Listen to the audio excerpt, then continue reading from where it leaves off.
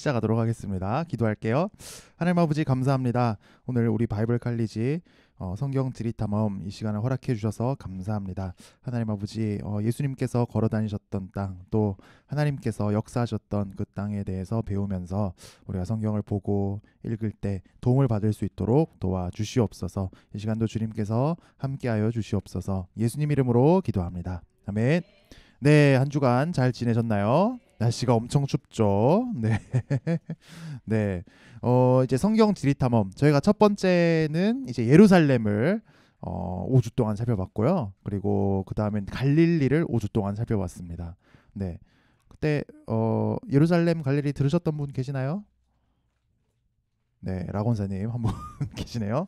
네, 단에서 브엘세바까지라고 해서 이제 이번에는 살펴보는데요. 복습 퀴즈 한번 해볼까요? 단은 이스라엘의 어디에 있는 도시일까요? 네, 제일 북쪽. 네, 이스라엘 제일 북쪽에 있는 도시가 단입니다. 이렇게 이스라엘이 있으면 여기가 단입니다. 단. 자, 그럼 브엘세바는 어디일까요? 네, 브엘세바는 최남단입니다. 그래서 단에서 브엘세바까지라고 이런 표현이 성경에도 나옵니다. 네, 성경에도 나오는데 그러면 이스라엘 우리식으로 하면 이제 뭐 한라에서 백두까지, 뭐 서울에서 부산까지 이런 식으로 이스라엘 전국을 가리키는 표현입니다. 우리가 예루살렘을 살펴봤고요, 또 갈릴리를 살펴봤는데 그 이외의 지역을 이제 한번 다 살펴보자는 그런 뜻에서 단에서 브엘세바까지라고 이제 살펴보고 있습니다. 지난 시간에는 우리가 유대 광야에서 사해까지를 살펴보다가 한 반쯤 가고 멈췄는데요. 네. 지난 시간에 여기 예루살렘에서 여기 여리고 가는 길, 여기가 유대 광야죠. 유대 광야 살펴보고 또 사해까지 우리가 살펴봤습니다. 오늘은 나머지 쿰란, 그리고 엔게디, 마사다, 그리고 로세 안에 살펴보고요. 그리고 원래 이제 살펴보려고 했던 이 쉐펠라에서 지중해까지 살펴보겠습니다. 쉐펠라에서 지중해까지는 그 1강에서 우리가 살펴본 1강에서는 요 예루살렘 중심으로 요쪽으로 유대 광야를 살펴봤거든요. 근데 이제 쉐펠라는 요 예루살렘에서 이쪽 지역, 요 산지 지역을 쉐펠라라고 합니다. 쉐펠라. 네. 그 유대 광야는 이제 이렇게 생겼습니다. 아주 건조한 지역이 비가 안 와요. 비가 안 와요. 반면에 쉐펠라는 이렇게 생겼습니다. 네. 그림 같죠? 네. 쉐펠라는 얕은 산이 있는 구릉지인데요. 여기 보면 정말 뭐 적과 꿀이 흐르는 땅같이 생겼잖아요. 그죠? 네. 근데 이런 너무 극명한 차이가 나는데요. 이 차이가 생기는 이유는 지형 때문에 그렇습니다. 지형. 이스라엘 땅을 이렇게 갈라서 이렇게 쳐다보면요. 어떻게 생겼냐면 이렇게 갈라서 쳐다보는 거죠. 여기가 유대 광야, 여기는 쉐펠라가 되는데요. 지중해에서부터 이렇게 점점 산으로 올라갑니다. 그러다가 정점을 찍고 푹 떨어집니다. 이렇게. 그래서 여기가 이제 지중해고요. 그리고 여기가 예루살렘이 여기 있습니다. 네. 그리고 여기는 이제 사해바다. 사해바다는 지중해보다 훨씬 더 낮은 쪽에 있어요. 네. 거의 네. 그런데 이제 근데 왜 이런 극명한 차이가? 쉐펠라는 여기 나무가 많아요. 여기는 쉐펠라 나무가 많고 풀도 많고, 근데 여기는 아무것도 없는 광야가 됩니다. 산 하나 넘는다고 이렇게 되거든요. 그런 이유는 뭐냐면 지중해에서 이제 뜨거운 공기가 올라가서 수증기가 발생해서 이제 구름이 생기죠. 구름이 이렇게 점점점 올라가요. 근데 구름이 점점 올라가면 이제 네, 그렇죠. 수증기가 응결돼서 비로 쏟아지잖아요. 그래서 비로 여기 다 쏟아져요. 여기. 네, 그리고 나서는 이제 쏟을 게 없어요. 여기서부터는. 그래서 여기는 비가 안 와요. 그래서 유대 광야는 이제 건조한 지역이 되는 겁니다. 그래서 산 하나, 예루살렘이 고 이제 기준 정도가 되는 거거든요. 제일 높은 지역이니까요. 네, 그래서 요런 그림이죠. 여기는 지중해인데 이제 여기서 그 지중해 공기가 올라가서 구름이 돼서 이렇게 쭉 올라가면서 비를 다 뿌리고요. 그리고 여기서는 이제 공기가 건조해져서 하강하면서 여기는 이제 엄청 더워지는 겁니다. 네. 그래서 지형 때문에 너무 극명한 차이가 발생하죠. 네. 그래서 오늘은 쉐펠라에서 여기 이제 셰펠라를 살펴볼 때는 셰펠라에서 여기 엘라 골짜기 그리고 아얄론 골짜기를 살펴볼 겁니다. 네. 엘라 골짜기 혹시 어디서 좀 구약 성경 읽다가 들어본 기억이 있으세요? 네, 네, 네, 살펴볼 거고요. 그리고 나서는 이제 지중해로 가서 바다 좋잖아요. 바다 이제 쭉 살펴볼 건데요. 가이사랴를 살펴보고 그리고 요빠 기억나세요? 혹시 이번 주일날 지난 주일에 요빠 나왔어요. 가이사랴도 나왔어요. 몰라요? 네, 가이사랴 요빠 살펴보고요. 그리고는 어 여기 사실상 이제 블레셋 도시들이 아직도 그 지명이 남아 있거든요. 블레셋에 5도시 국가가 있다고 해요. 근데 요 지명들도 남아 있고 유적도 좀 남아 있는데, 근데 여기는 다음 시간에 같이 살펴보려고 합니다. 여기가 이제 여기 혹시 요 5도시 중에서 요즘 이름이 많이 좀 들어보신 게 네, 가자가 가자 지구인데 가자라는 도시가 또 있습니다. 그런데 가자는 옛날 블레셋의 가사라는 그 5도시 국가 중에 하나거든요. 근데 요 가자 지구를 살펴볼 거니까 요 가자 지구를 살펴보면서 그 서안 지구라고 팔레스타인 땅이 두 덩어리로 돼 있어요. 이스라엘 안에서 가자 지구가 있고 서안 지구가 있는데요. 같은 이제 이스라엘 안에서 팔레스타인 정부가 다스리는 지역이니까 다음 시간에 같이 살펴보려고 합니다. 네, 그러면 또 요즘 일어나고 있는 일에 대해서 전쟁이나 이런 것에 대해서도 우리가 좀 이야기할 것들이 있겠죠. 그리고 뭐 루타 얌니아는 이제 요빠 지금 이제 텔아비브라고 하는데요. 텔아비브의 뭐 위성 도시나 교회 정도 됩니다. 거의 뭐 도시가 합쳐져 있다고 봐야 돼요. 근데 여기서 루따도 이제 성경에 한번 나오고요. 또 얌니아는 성경에 나오진 않는데 우리가 이제 성경을 믿는 사람들로서 좀 중요한 일이 일어난 도시입니다. 그래가지고 우리가 좀 살펴보도록 할 것입니다. 네, 그럼 오늘도 한번 떠나보겠습니다. 첫 번째, 오늘 유대 광야의 네 번째죠.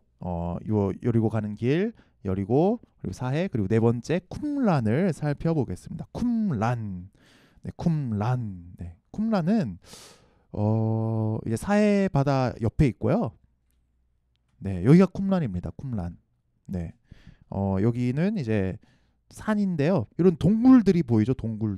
동굴이 지형적으로 워낙 건조한 지역이고, 근데 또 이 돌의 암석의 주요 성분은 그 석회석이에요. 여기는 네, 석회석이기 때문에 이런 동굴이 쉽게 생깁니다. 네, 그래서 동굴이 군데군데 많이 있습니다. 그리고 이 앞에는 이제 건물들이 있던 터가 좀 앞에 남아 있거든요. 이곳은 유대교에서 그 에센파라고 하는데요. 에센파가 그 수도 공동체를 세웠던 그런 장소입니다. 그리고 저 동굴이 중요한 이유는 저기서 이제 사해사본이라는 그 구약 성경을 필사한 것이 저기서 발견이 됐습니다. 그 좀 유명한 얘기가 있죠 거기. 네, 에센파는 어떤 사람들이냐면 예수님이 아니고 메시아가 다시 오실 것, 금방 다시 오셔서 이 세상을 심판하실 것이다. 이것을 아주 강력하게 믿었던 사람들입니다. 네. 그러면 그걸 아주 강력하게 믿으면 어떻게 될까요? 내일이라도 메시아가 오실 수 있다. 그럼 어떻게 될까요? 내일 예수님 오신다. 그럼 어떻게 하시겠어요? 어떻게 하실 거예요? 내일 예수님 오신다. 그렇죠. 목욕제계하고 맞이하고, 그죠? 맞아요. 바로 그겁니다. 죄를 짓지 않고. 그리고 뭐 내일 예수님 오시면 지금 걱정하고 있는 거 걱정하시겠어요? 뭐 돈 얼마 벌지, 뭐 어떻게, 뭐 애들은 어떻게 걱정 안 하시죠? 걱정 안 하고. 네, 그리고 바로 기도원 가죠. 그죠? 그거예요. 에센파는 좀 그런 사람들이었어요. 네. 일단 그 유대인들이 그 바벨론의 포로로 잡혀가잖아요. 남유다가 망해가지고 잡혀갔다가 이제 돌아오는데요. 근데 돌아오면 이스라엘 땅에 돌아오면 하나님이 뭐 어떻게 좀 하셔가지고 빨리빨리 다시 나라도 세워지고 좀 그렇게 될 줄 알았어요. 근데 그럴 기미가 안 보이는 거예요. 네. 페르시아가 이 땅을 계속 다스렸어요. 네. 식민지였죠. 그러다가 더 강력한 그 헬라 제국, 그 알렉산더 대왕이 쳐들어와가지고 여기를 다 정복해 버렸어요. 예. 그러다가는 더 강력한 제국 로마가 쳐들어와서 여기를 이제 식민지로 삼았는데 강대국의 힘이 점점 더 세지거든요. 독립할 수 있는 기미가 안 보여요. 그리고 종교적으로도 핍박을 엄청 받았습니다. 막 겨우 막 그 스룹바벨이랑 막 느헤미야랑 막 성전 겨우겨우 지어놨더니만 그걸 막 쳐들어와 가지고는 이방 신전으로 바꿔버리기도 하고요. 그러니까 이 가운데 이제 유대교가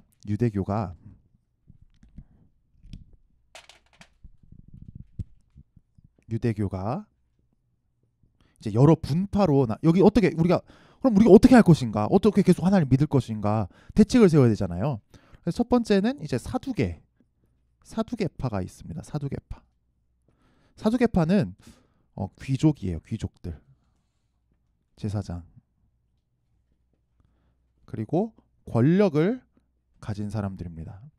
권력을 가졌기 때문에 이 사람들은 권력을 놓치고 싶지 않죠. 세금도 사람들이 꼬박꼬박 자기들한테 내줘. 근데 자기들 위에 권력을 가지고 있는 사람들은 그 외국 강대국들이잖아요. 그러니까 관계를 잘 유지하고 싶어 했어요. 네. 그러니까 그리고 그 관계를 잘 유지해서 자기들은 그 성전에 유대 종교를 우린 잘 보존하겠다. 이렇게 한 거예요. 네. 근데 사실 이 사람들은 성경 말씀대로 믿지를 않는 사람들이었어요. 그냥 전설 같은 거고. 그리고 그냥 아주 현실주의자들이고 뭐 부활을 한다 이런 거 그런 거는 있을 수 없는 일이야 이렇게 생각했던 사람들이거든요. 그리고 아주 사실은 좀 부패했죠. 그 이방 세력이 그러니까 우리로 치면 친일파 같은 사람들이에요. 친일파 같은 사람들. 네, 그러니까 백성들은 사두개인들을 아주 싫어했습니다. 네, 자기들이 제사장이라고 막 제사 지내는데 자기들이 정작 하나님을 안 믿고 이제 그런 타락한 종교인들이었으니까요. 그래서 여기에 대한 반발로 이제 바리새파가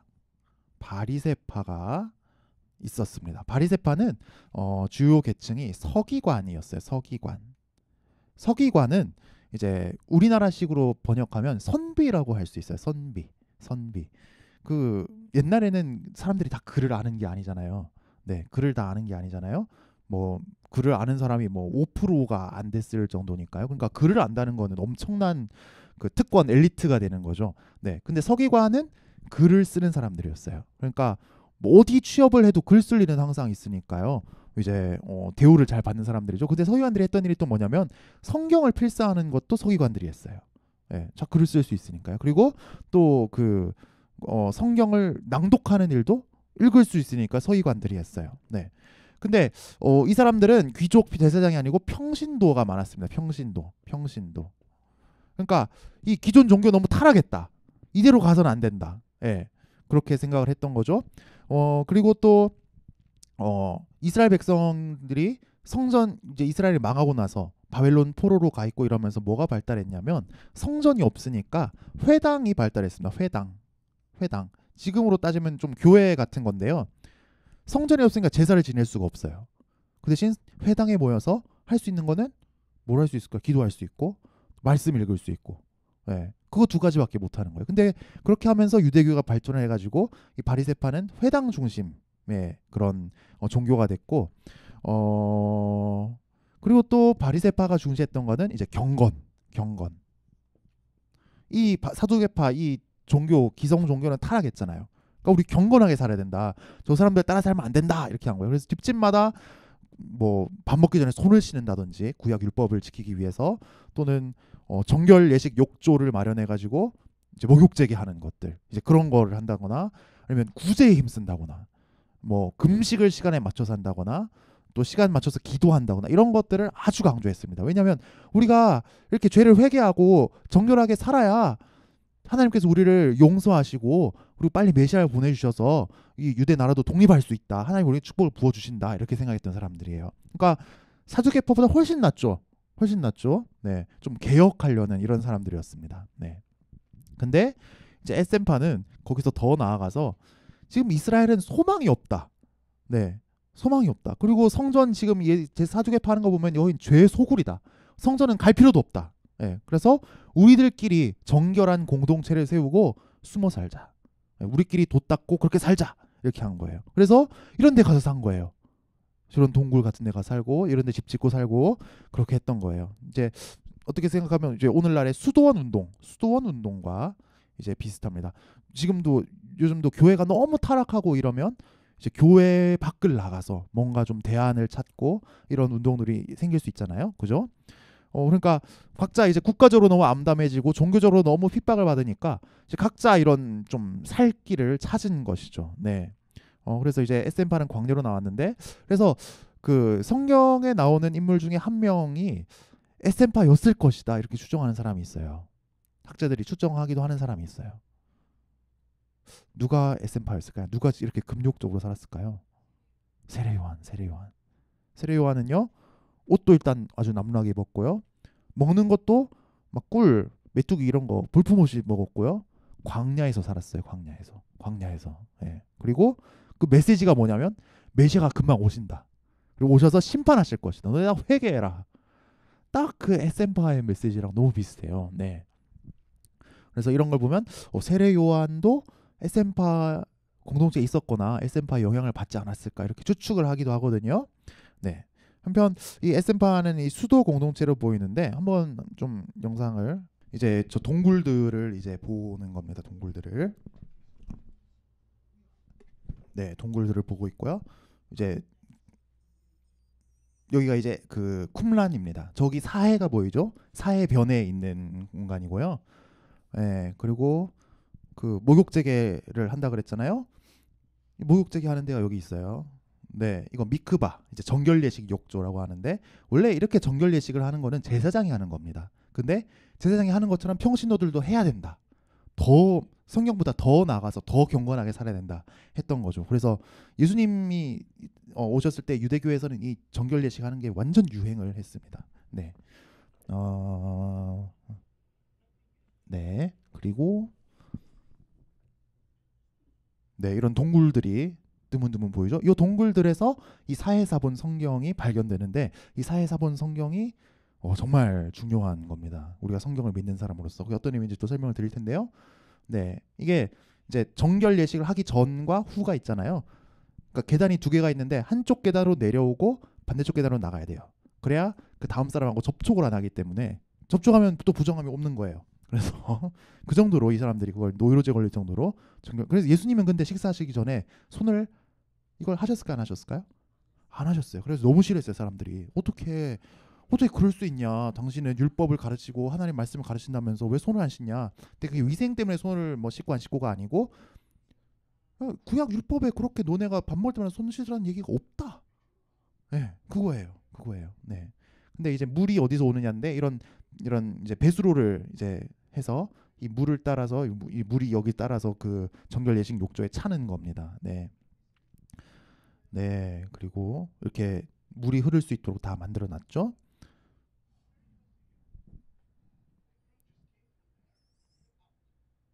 네.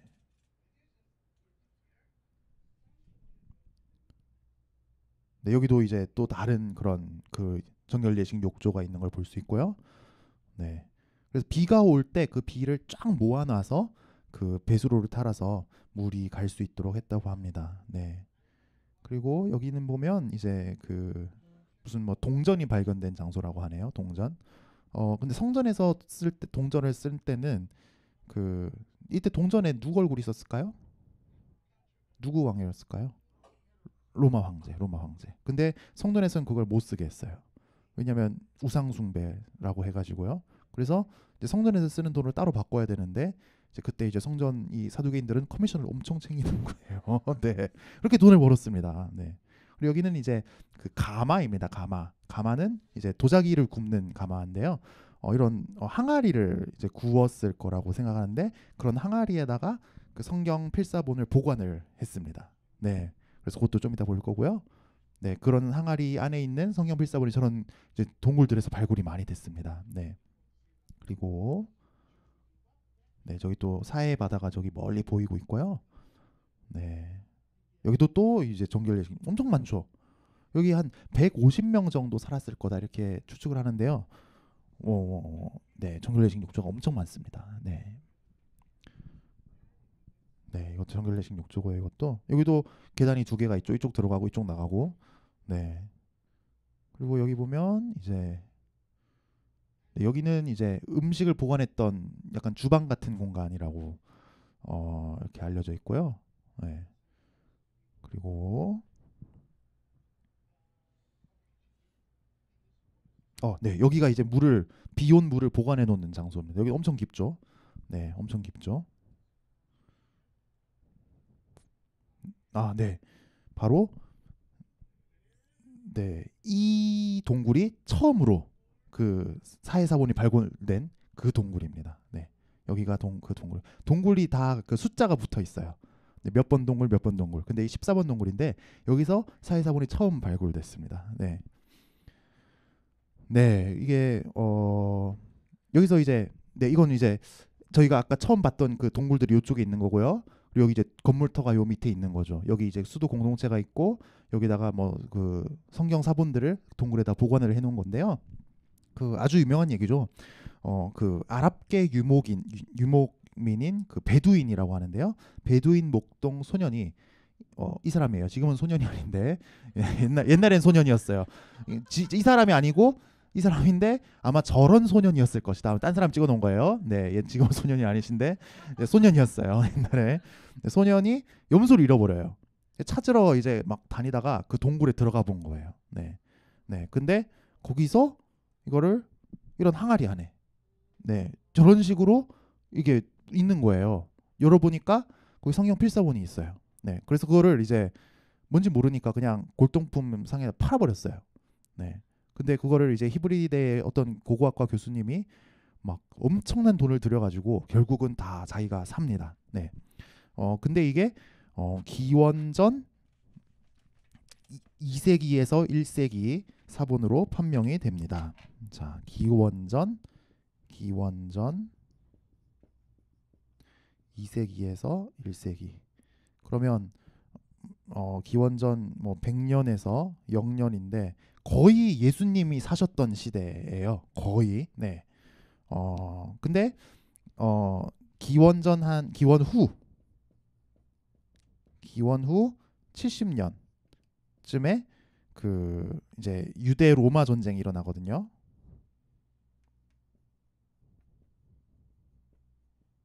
네, 유대 로마 전쟁이 일어나는데 이때 이 공동체도 공격을 받은 것 같아요. 네, 근데 그때 아마 이 사람들이 이거를 얼른 동굴에 숨기지 않았을까? 또는 원래 이 동굴에 숨겨놨었던 것을 이제 공동체만 파괴되고 살아남지 않았을까 이렇게 생각을 합니다.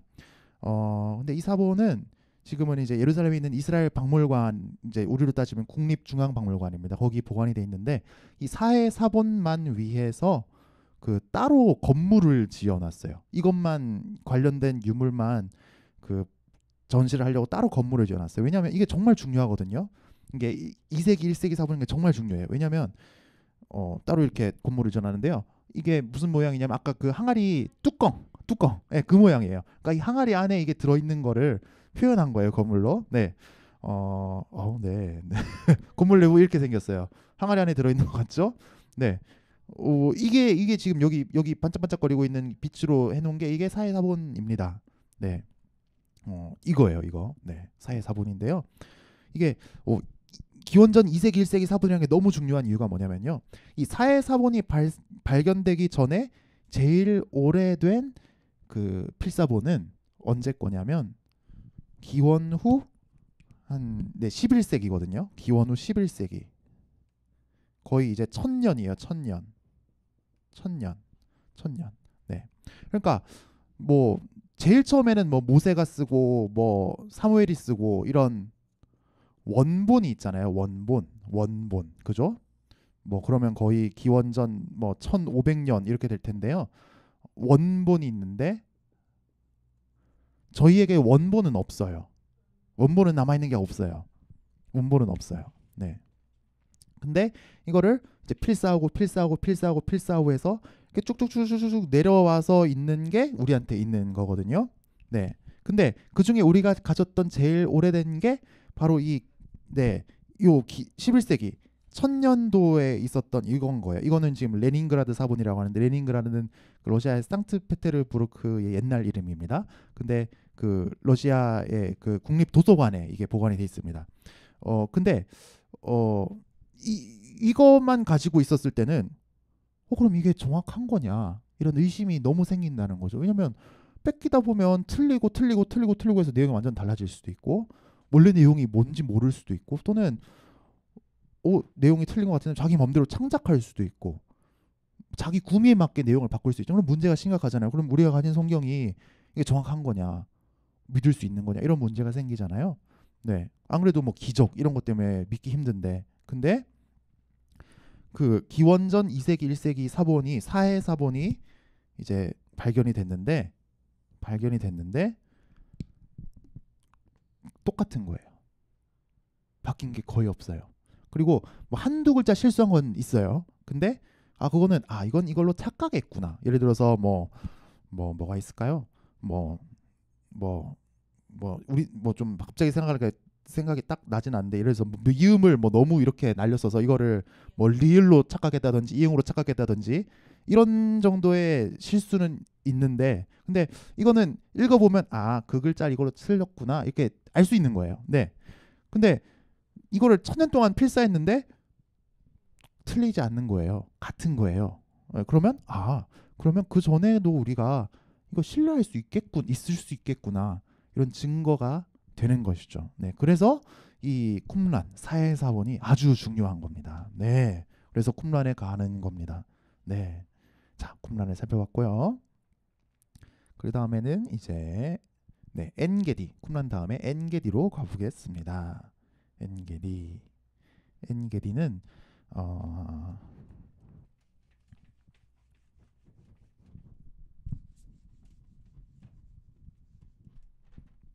엔게디는 지금은 이렇게 엔게디 이렇게 쓰는데요. A는 그 샘이라는 뜻입니다. 샘, 물 솟는 샘이요. 그리고 게리는 그 어린이라는 뜻도 되고요, 아이란 뜻도 되고, 또 염소라는 뜻도 됩니다. 아무튼 샘 이름이 뭐 염소의 샘, 어린이의 샘 이런 게 되는 거죠. 엔게디는 자연 보호 구역인데요. 네, 여기도 역시나 여기 보이는 요 바다가 이제 사해 바다입니다. 사해 바다 근처에 있고요. 엔게디가 유명한 것은 여기 광야잖아요. 광야인데 지금 나무들이 좀 이렇게 살아 있죠. 그 이유는 오아시스이기 때문입니다. 오아시스. 네, 광야 사막에 있는 오아시스니까 여기는 쉴 수 있는 곳이죠. 아주 좋은 곳이에요, 여기는. 네. 그리고 이런 폭포가 있는데요. 이 사막에 산은 조금 올라가면 이런 폭포가 있어요. 근데 이 폭포 이름이 뭐냐면 다윗의 폭포입니다. 다윗의 폭포, 엔게디 다윗의 폭포. 네, 왜냐하면 사무엘상 23장에 보면요, 그 사울이 다윗을 이제 죽이려고 할 때 다윗이 엔게디 요새에 머무니라라고 돼 있어요. 네, 여기 이제 숨으러 온 거예요. 여기는 요새가 있을만 한 곳입니다. 왜냐하면 요 사해가 여기 예루살렘이고 여기가 사해인데요. 사해 주변으로 그 중요한 국제 교통로가 있었어요. 왜냐하면 여기는 길이 평평합니다. 평평해요. 여기는 계속 강을 따라 내려오고 사해 옆으로 가고 이러니까 물 곁으로 가니까 길이 평평해요. 그래서 그 이집트와 그 메소포타미아를 연결하는 주요 교통로가 사해 곁으로 지나갑니다. 네, 실제로 여기도 보시면 여긴 막 다 산이잖아요, 이스라엘. 근데 저희 갈릴리에서부터 요단강 따라서 여기 사이가 여기인데 쭉 여기는 평평해요, 땅이. 그러니까 길을 여행하기가 좋은 거죠. 그러니까 그리고 또 이 교통로가 있다 보면 이 길을 그 주변의 통치자는 지켜야 되거든요. 산적이라든지 뭐 외국 군대가 침입하는 이런 게 없어야 무역이 정상적으로 이루어지고, 그래야 또 이 국경을 통과할 때마다 세금을 내고 그걸 이제 왕의 소득으로 가질 수 있으니까 그 근데 엔게디는 사해변에 있으면서 이 교통로가 지나가는데 어느 정도 높이가 있으니까 공격하기도 힘든데 물이 나요. 그럼 여기는 무조건 요새를 져야 되는 겁니다. 요새를. 네. 물이 있으니까요. 네. 근데 그래서 이제 다윗은 일단 여기 엔게디 요새에 숨었었는데요. 근데 누가 이제 다윗이 엔게디 여기 숨었다고 사울한테 고자질을 하죠. 그래서 사울이 군인 3,000명을 데리고 다윗 잡으러 갑니다. 네. 근데 그래서 다윗은 여기 이제 동굴이 많으니까, 여기도 다 동굴이 많거든요. 아까 쿰란처럼. 그래서 동굴에 숨어요. 여기 사해변에는 다 동굴이 많으니까요. 근데 하필 다윗이 숨은 동굴에 여기 가면 이런 동굴을 지나가게 되는데요. 이제 사울이 들어와요. 그래서 아 이제 끝났다 싶었는데 사울이 주저앉아서 이제 볼일을 봅니다. 그 성경에 나오죠. 네, 성경에 나오죠. 뒤를 가렸다 이렇게 돼 있거든요. 네, 그때 이제 다윗은 사울을 죽일 수 있었는데 죽이지 않고 옷만 살짝 뺐다는 그런 이야기가 있죠. 왜냐하면 그 여호와의 기름 부음 받은 왕을 내가 내 손을 주게 해서는 안 된다. 하나님께서 알아서 처리하실 것이다. 여기가 바로 엔게디입니다. 그리고 솔로몬이 쓴 아가서에도 이 엔게디가 나오는데요. 네, 이렇게 돼 있어요. 나의 사랑하는 자는 내게 엔게디 포도원의 고벨화는 꽃 이름이고요. 송이로구나라고 돼 있어요. 이건 아마 아가서는 아가서 참 재밌는 성경인데요. 젊은 솔로몬이 어릴 때 한 10대 후반이었을 것 같아요. 근데 아마 왕이 되기 전인데 솔로몬은 그 막내였잖아요. 막내였거든요. 그러니까 장성한 형들이 있습니다. 그러니까 형들한테 핍박을 받았던 것 같아요. 정치적으로. 그래서 엔게디 근처로 도망쳐서 그 양치기를 했던 것 같아요. 그러니까 숨어서 산 거죠 좀. 그때 술람미라는 이름의 그 양치기 처녀와 사랑에 빠집니다. 네. 근데 술람미가 하나님을 잘 믿었어요. 그래서 사랑에 빠져요. 근데 여기 이제 주로 이쪽에서 많이 놀았거든요. 근데 네. 근데 네, 괜찮잖아요. 근데 엔게디는 이제 오아시스니까 포도원이 있었던 것 같아요. 포도원이 있었던 것 같아요. 그래서 근데 거기에 있는 꽃처럼 너는 아름답다 이렇게 이제 연애 편지를 썼다고 볼 수 있는 또는 사랑 노래를 부른 거죠. 그게 이제 아가서거든요. 성경에 그런 것도 있어요. 네. 근데 주변은 다 광야예요.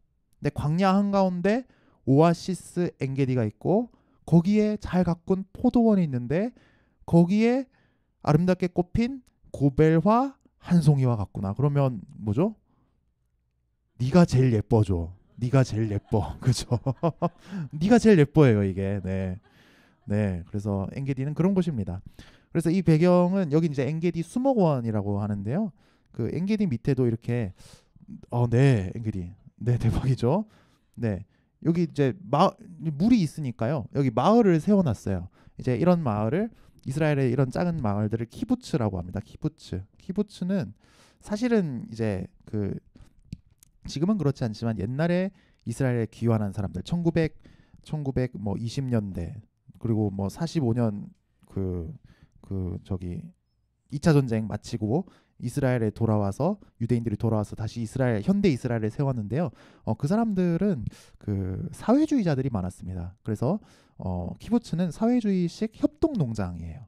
공동 생산하고 공동 소유하고 그런 농장이에요. 근데 이스라엘 키부츠는 막 나라에서 막 할당량 주고 이런 식으로 하는 공산주의가 아니고 자기들끼리 으쌰으쌰해서 잘 하는 거예요. 그리고 이제 스피릿이 비슷하니까 키부츠가 이제 뭐 장사도 할 수 있고 뭐 관광업도 할 수 있고 뭐든지 다 할 수 있는 거예요. 네. 근데 이제 여기는 그 엔게디에 사람들이 관광을 엄청 많이 오거든요. 이스라엘 사람도 많이 오거든요. 그래서 관광 사업을 많이 합니다. 그래서 사해에 여기 이제 해변 잘 꾸며가지고 여기 이제 두둥실 하는 데거든요. 여기도 두둥실 하는데 호텔도 막 세워놨어요. 키부츠에서. 네, 호텔도 세워놨어요. 그리고 여기는 스파라고 합니다. 그러니까 사해 물 거기에 미네랄이 많이 있으니까 그걸 사용해서 스파하는 그런 곳이라고 하네요. 네, 그렇게 엔게디는 이런 엔게디였습니다. 네. 네. 그리고 마사다로 가보겠습니다.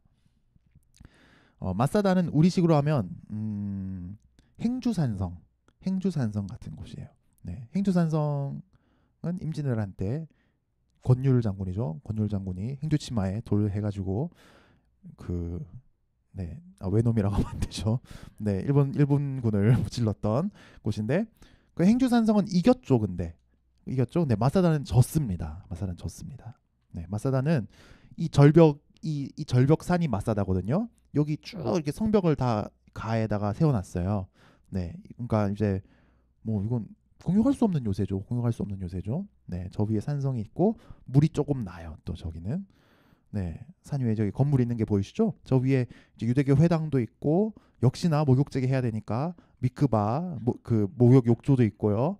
또 헤롯의 궁전도 있었습니다. 네. 근데 이 마사다는 이 로마 그 유대 로마 전쟁 때 AD 70년에 이제 유대 사람들이 로마의 반란을 일으킵니다. 그때 이제 로마가 쳐들어와서 다 이제 정복을 해버리는데요. 그때 이제 최후의 그 한 그 부대가 여기 올라와서 마지막 최후의 항전을 했습니다. 최후의 항전을 했습니다. 예. 근데 여기 이렇게 오르막이 보이시죠? 오르막 이렇게 보이시죠? 이렇게 이게 원래 있었던 게 아니에요. 이거는 인공적으로 만든 오르막입니다. 원래는 여기 올라가려면 막 이렇게 여기 길 보이죠? 이렇게 올라가야 돼. 이렇게. 근데 이렇게 올라가면 여기를 정복할 수 있겠어요? 못하죠. 길이 하나밖에 너무 좁은 길인데요. 그래가지고 로마군이 여기 원래는 여기 한 3년 정도 여기서 항쟁을 했어요. 농성을 했어요.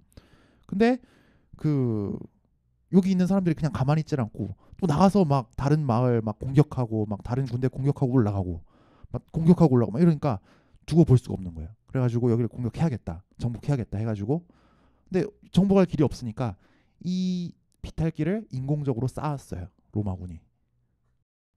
그래서 절로 올라가서 성을 무너뜨리고 들어가서 이제 정복을 한 겁니다.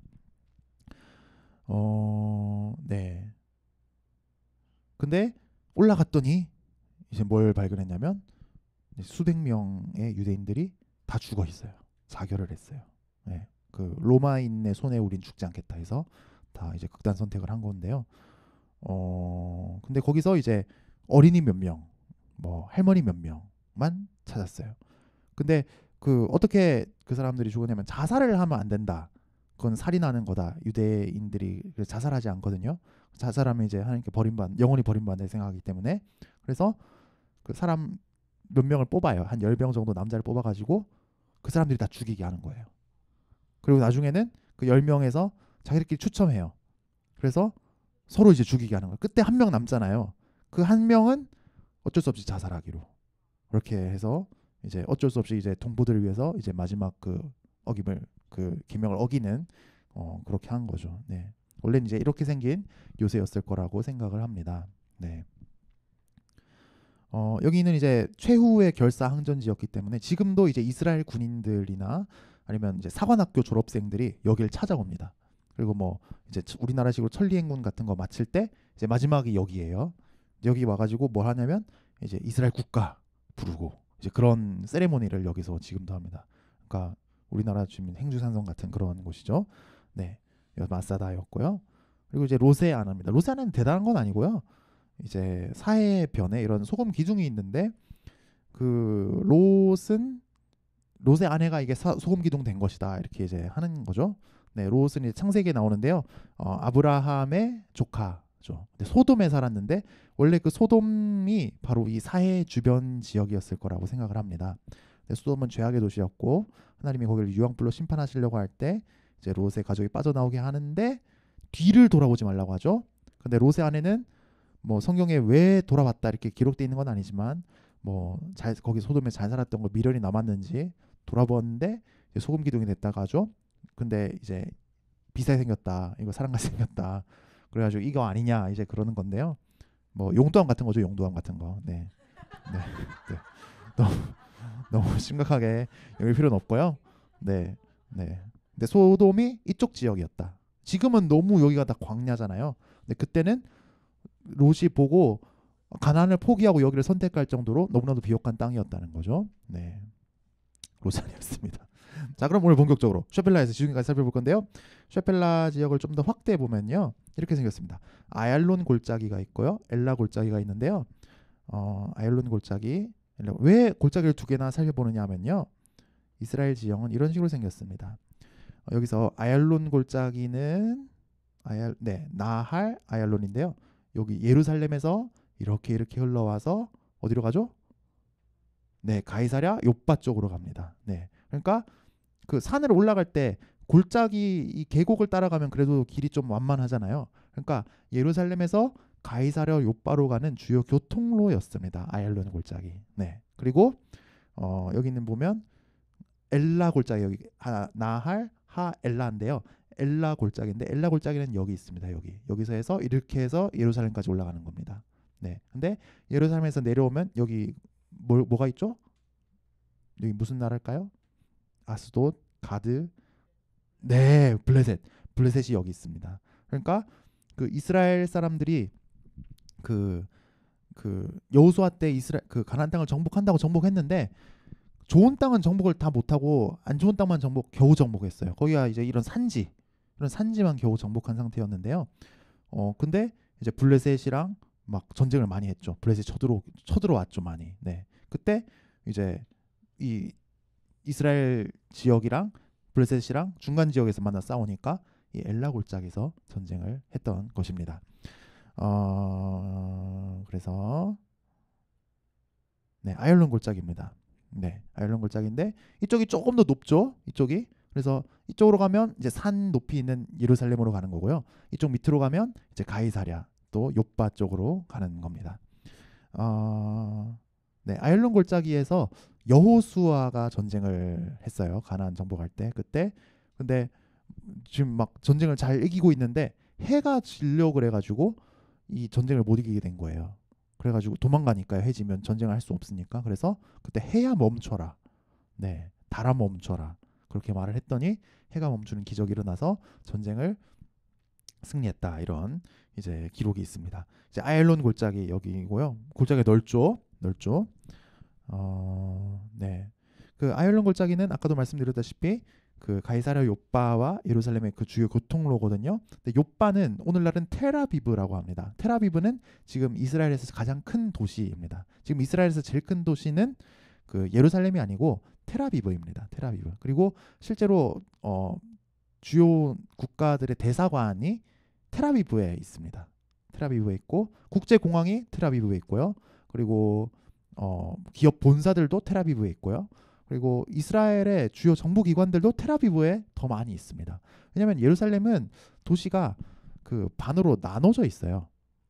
그 팔레스타인 지역이 있고 이스라엘 지역, 그러니까 최전방에 있는 도시인 거예요. 그러니까 뭐 우리도 따지면 뭐 철원 이런 데인 거예요. 철원. 근데 거기 엄청 큰 도시가 있긴 한데 그래 불안하잖아요. 거기 뭐 국회의사당 다 이런 거 넣어놓기는 불안하잖아요. 그래서 텔아비브에 정부기관도 많이 있고 그렇습니다.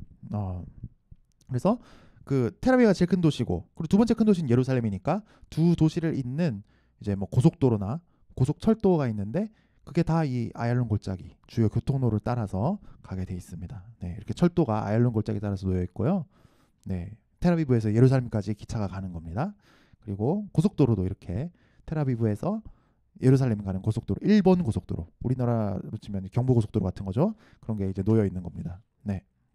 뭐 아얄론 골짜기 이 정도 땅이면 뭐 정말 차지하고 싶잖아요, 그죠? 네, 적과 꿀이 흐르는 땅. 네. 네, 이렇게 아얄론 골짜기는 포도도 이렇게 잘 자라고 있습니다. 포도? 네. 이 포도. 네, 포도밭인데요. 뭐 별건 아니고 포도밭이에요. 네, 네, 아주 네, 여호수아 이야기를 하고 있어요. 여호수아가 전쟁할 때 해야 멈춰라 했던 곳이라고 네, 말하고 있습니다. 네. 제가 이 가이드 분 저는 여기 가본 적이 없잖아요. 가본 적 없는데 가본 것처럼 강의를 하는 거잖아요. 그래서 이 가이드 분을 되게 많이 제가 되게 많이 참조를 하거든요. 이분이 근데 네, 이분 네, 아주 재밌어요, 이분. 네, 그리고 엘라 골짜기도 한번 살펴볼까요? 엘라 골짜기는 블레셋과 이 이스라엘, 예루살렘 사이에 있는 골짜기인데요.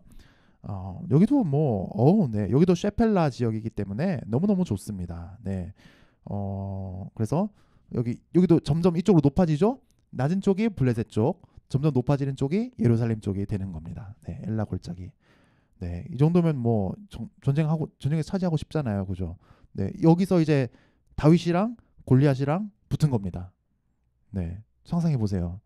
이쪽에 뭐 이스라엘 군대가 쫙 있고 이쪽에는 블레셋 군대가 쫙 있고, 네, 이제 누구 나와 그래가지고 이제 골리앗이 근데 다 쫄아가지고 못 나오고 있는데 다윗 혼자 나가가지고 물맷돌로 이긴 겁니다. 네, 여기가 이스라엘에서 제일 비옥한 지역 중에 하나라고 합니다. 네, 이렇게 아얄론 골짜기, 엘라 골짜기 살펴봤고요. 그리고 가이사랴로 가볼까요? 가이사랴.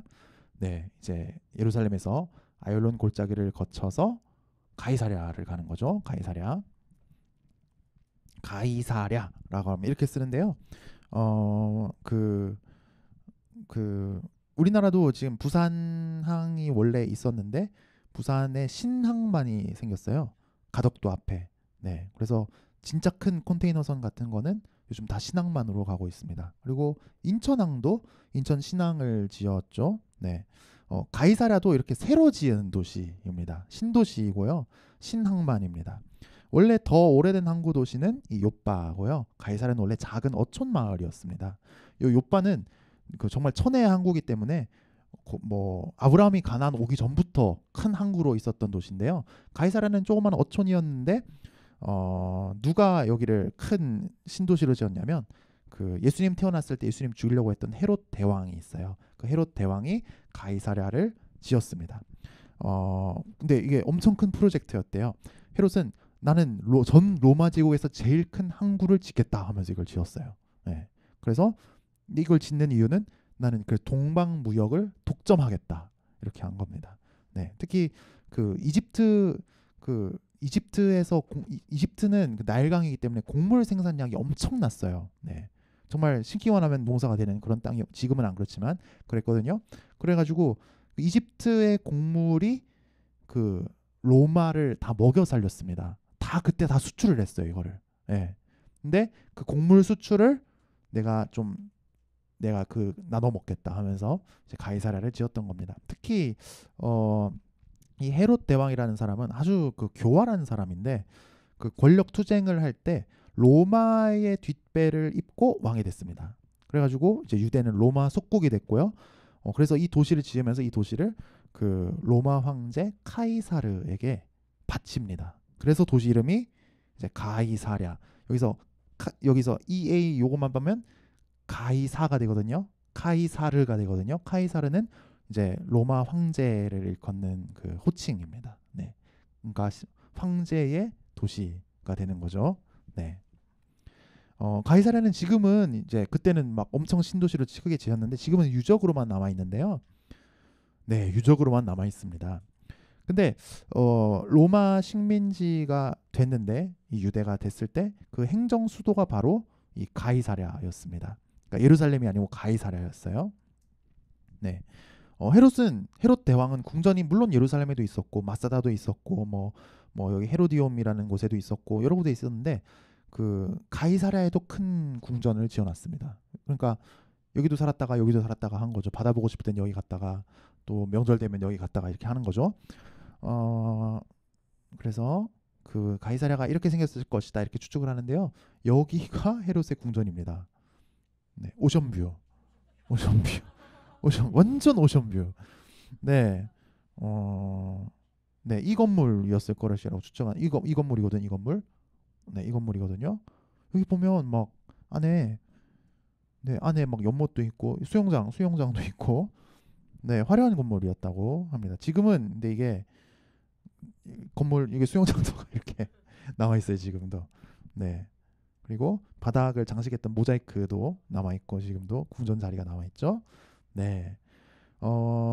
가이사랴는 유대의 행정 수도였는데 헤롯 대왕이 죽고 나서는 로마가 직접 유대를 접수합니다. 그래서 직접 총독을 보내서 유대를 다스리는데 그 총독 중 한 명이 우리가 잘 아는 이제 빌라도죠. 이 총독도 이 예루살렘이 아니고 행정 수도 가이사랴를 본거지로 삼습니다. 왜냐하면 그래야 여기 항구니까 본국이랑 쉽게 소통할 수 있잖아요.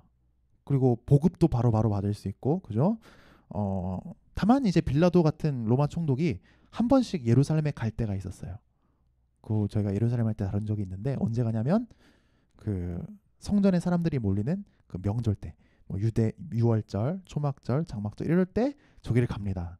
네, 성전 바로 옆에 보면요, 여기 이제 예루살렘 성전인데 여기 성전 바로 옆에 여기 안토니아 요새가 있어요. 여기가 이제 그 로마 총독이 예루살렘에 오면 로마 군대가 여기 주둔하는 거예요. 여기가 성전보다 더 높죠. 그러니까 여기가 성전이 훤히 보입니다. 그죠?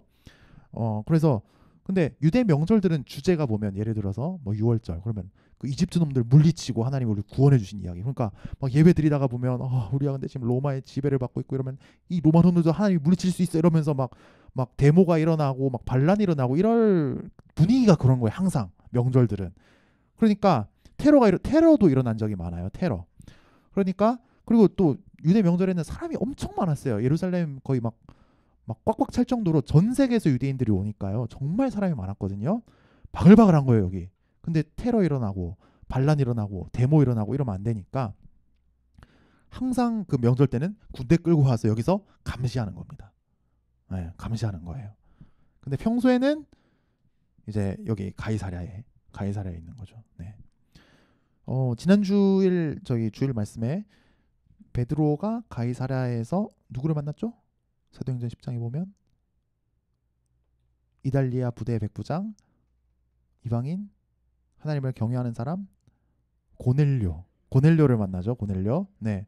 왜냐하면 그 로마 군의 본거지가 가이사랴니까요. 그러니까 로마 군의 그 장교니까 당연히 가이사랴에 살고 있는 거죠. 그리고 또 누가 나중에 이 가이사랴의 감옥에 갇히는 사람이 있어요. 사도행전에 보면 누구냐면요. 여기 가이사랴에 원래는 예루살렘에서 잡혔다가 가이사랴로 압송됐다가 나중에 로마로 압송되거든요. 누구냐면 바울입니다. 바울.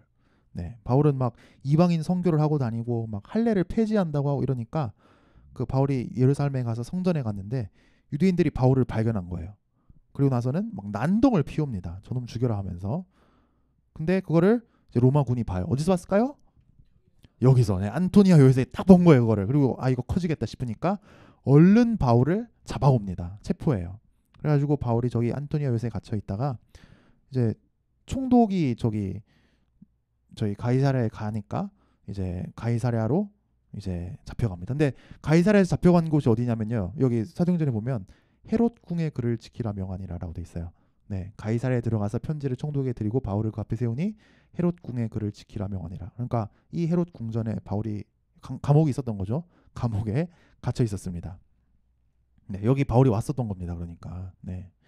근데 여기서 바울은 황제에게 항소를 해서 배를 타고 이제 로마까지 재판을 받으러 가는 거죠. 왜냐하면 황제 앞에서 나는 예수 그리스도의 복음이 불법이 아니라는 것을 나는 증명하겠다 하면서 이제 간 거예요.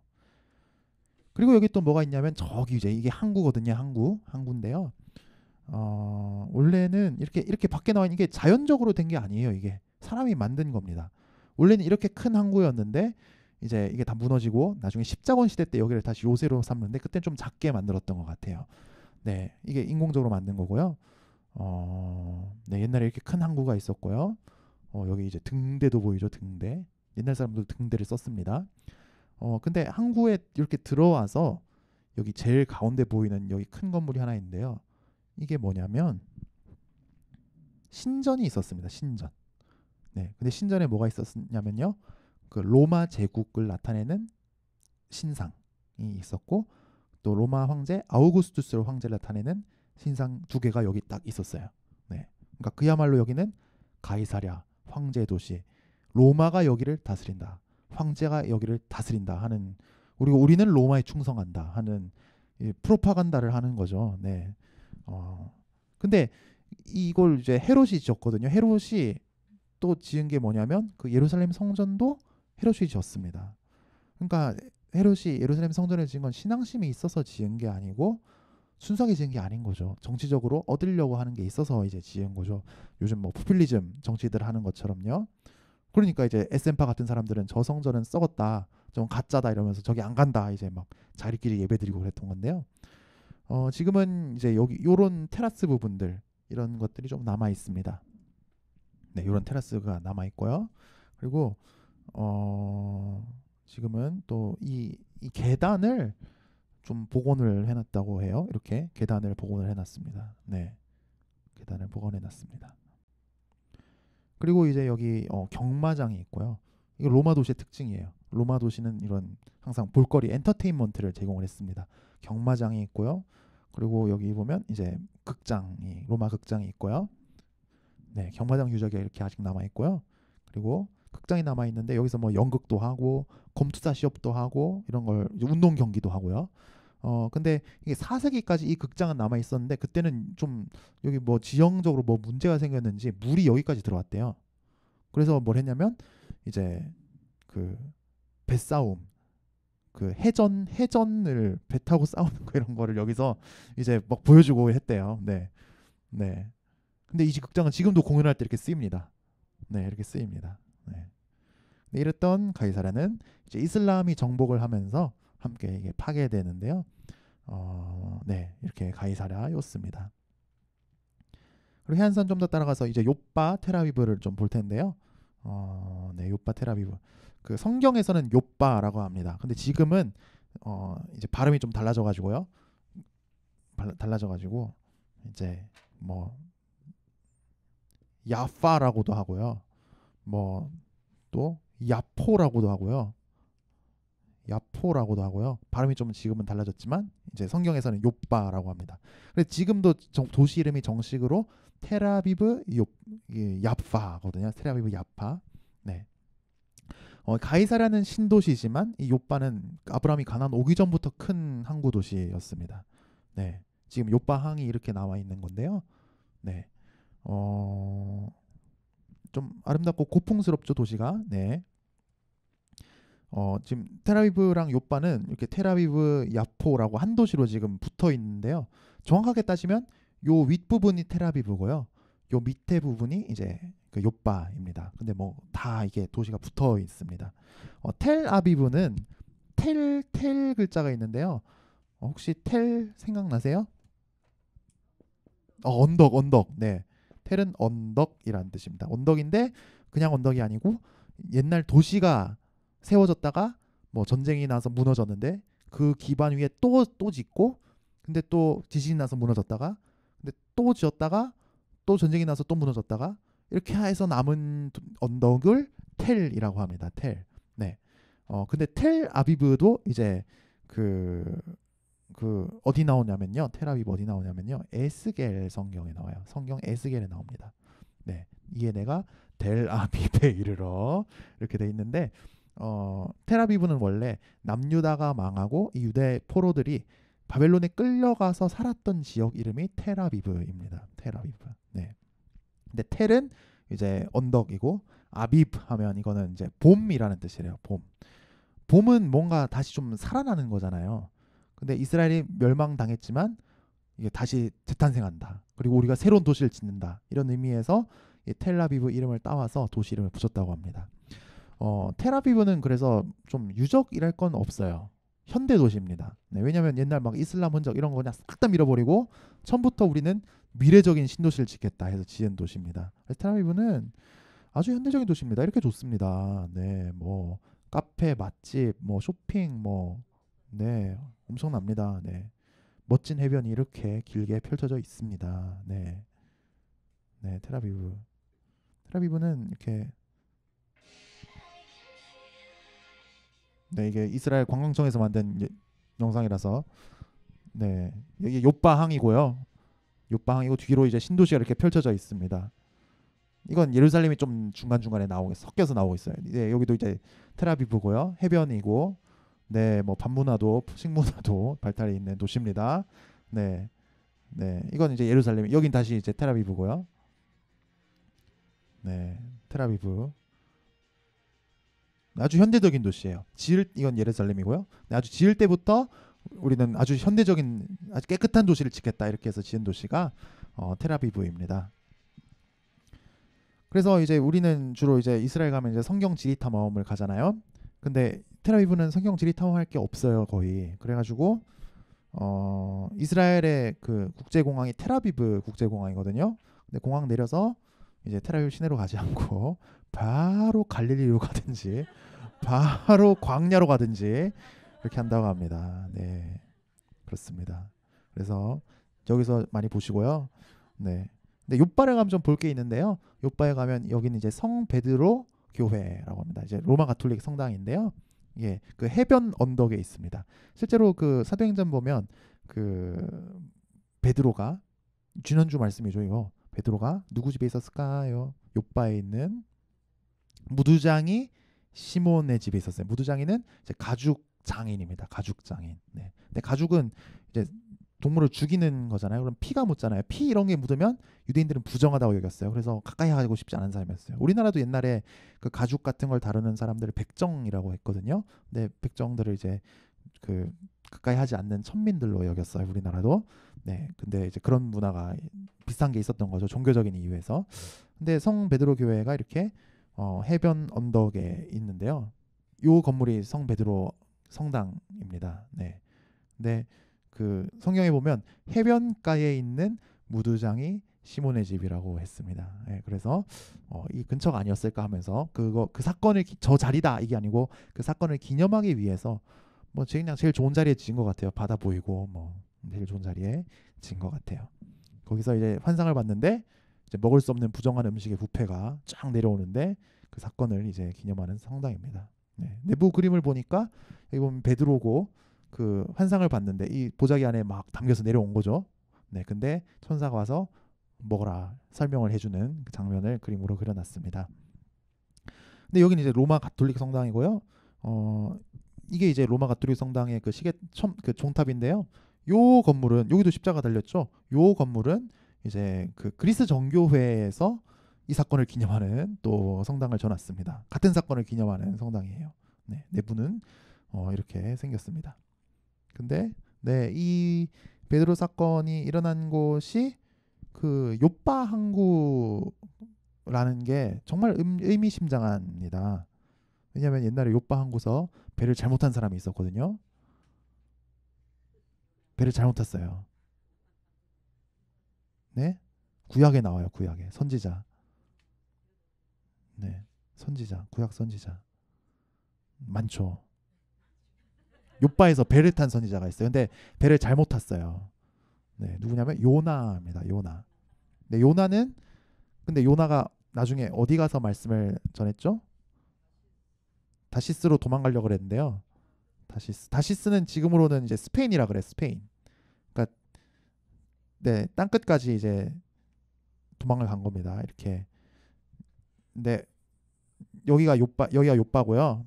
여기가 이태리고요. 여기가 스페인 다시스거든요. 근데 원래 하나님께서 가라고 했던 곳은 그 아수르의 수도였던 니느웨입니다. 니느웨 이쪽에 있어요. 이쪽에 있는데 그 요나는 요빠에서 항구였던 요빠에서 배를 타고 땅 끝에 있는 다시스에 가려고 했던 아주 대담한 사람입니다. 네. 근데 결국 그러니까 요나는 이방인 선교를 하러 갔던 사람이잖아요. 그죠? 근데 베드로도 그 요나가 이방인 선교를 하지 않고 떠났던 사실 요나는 싫다 그랬던 거잖아요. 근데 베드로도 원래는 싫었던 거예요.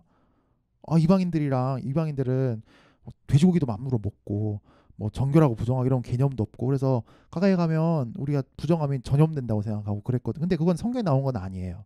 나중에 그 율법 준수가 발달하면서 자기들이 이제 더 추가 규정을 만든 거죠. 근데 거기에 여전히 사로잡혀 가지고 이제 이방인한테 가기 싫어했던 거죠. 베드로도 요나처럼. 네. 근데 여기서 환상을 보여주시고 이제 이방인 고넬료를 찾아가라고 하신 거죠. 네. 하나님은 이렇게 문화와 언어를 넘어서 모든 민족이 하나님의 백성 되기를 원하시는 분이시죠. 그리고 또 우리 삶을 베드로처럼 지금도 인도하고 계신 분이 하나님 뜻에 따라서. 근데 이렇게 요파 테라비가 이렇게 좋은 곳인데 이거 한번 볼까요? 네, 지금은 이제 하마스 미사일이 테라비브까지 날아왔습니다.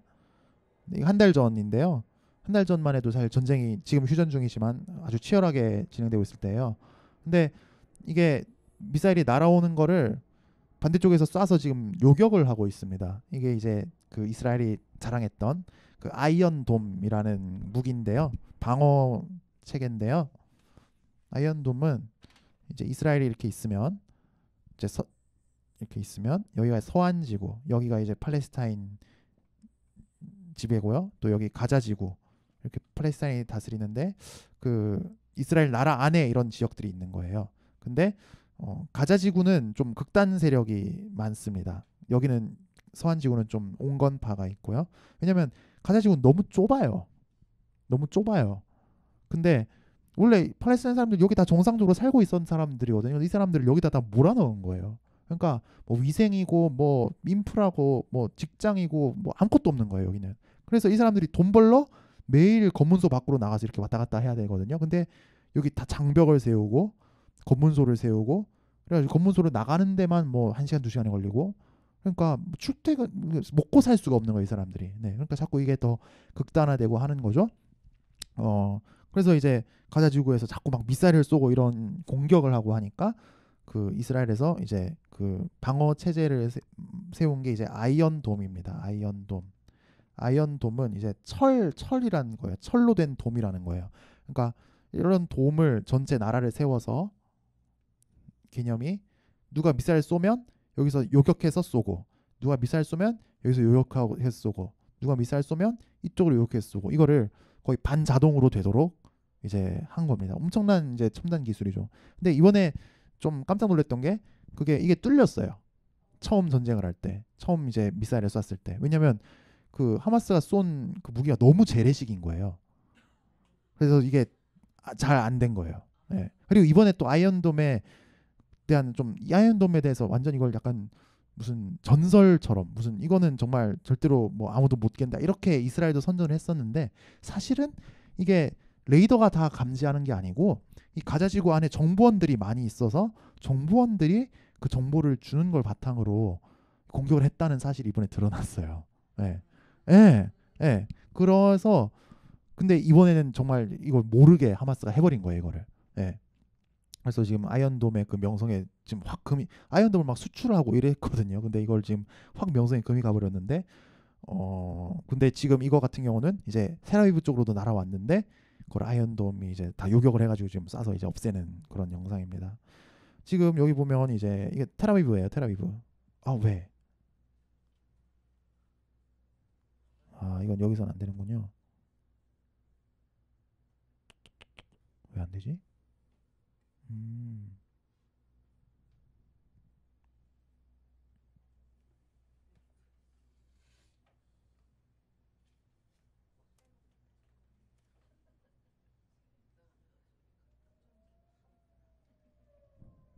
지금 이제 이거 왜 안 뜨죠? 안 뜨는구나 이렇게 하면.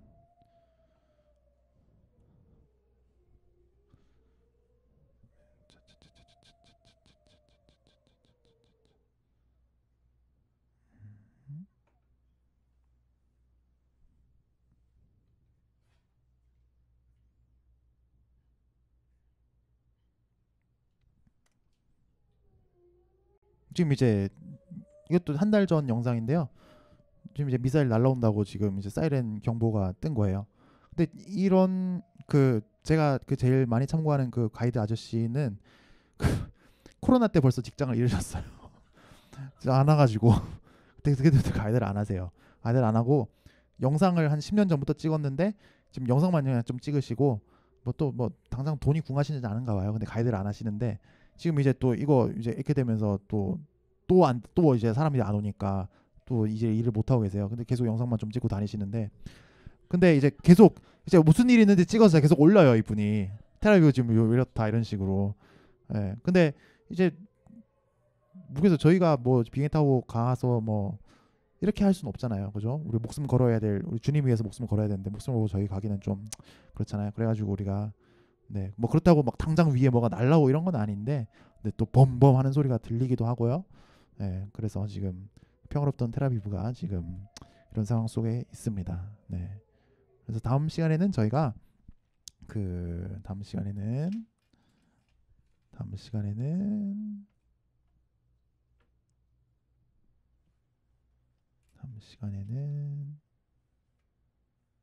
네, 다음 시간에는 이제 가이사를 몇 번 살펴봤는데 이제 결국 이쪽에서 미사일이 날라오는 거거든요. 여기서 네, 그래서 여기 옛날 블레셋 지역을 다 좀 살펴보고 그러면서 서한 지구를 원래 다음 시간에 살펴볼 생각이었어요. 서한 지구에는 옛날 사마리아가 있고요. 또 세겜이라는 곳. 세겜에는 그 옛날 그 저기 사마리아 여인 그렇죠. 사마리아 여인이 그 지역에 세겜에 살았었고요. 또 야곱이 그렇죠. 세겜에 살았었고요. 그리고 또 그 가나안 땅을 정복하고 나서 그 하나님 앞에서 맹세를 하는 게 있었습니다. 그러니까 축복을 선포하고 저주를 선포하고 그것도 세겜에서 있었습니다. 그래서 그런 것들을 그 세겜 지역 살펴보고 또 서한 지구와 가짜 하자 지구 지금 도대체 뭐가 어떻게 된 건지 또 살펴보면서 우리 어떻게 기도해야 할지 그런 것도 한번 생각을 해보도록 하겠습니다. 자, 오늘은 여기까지 하고 마치도록 하겠습니다. 제가 기도하겠습니다.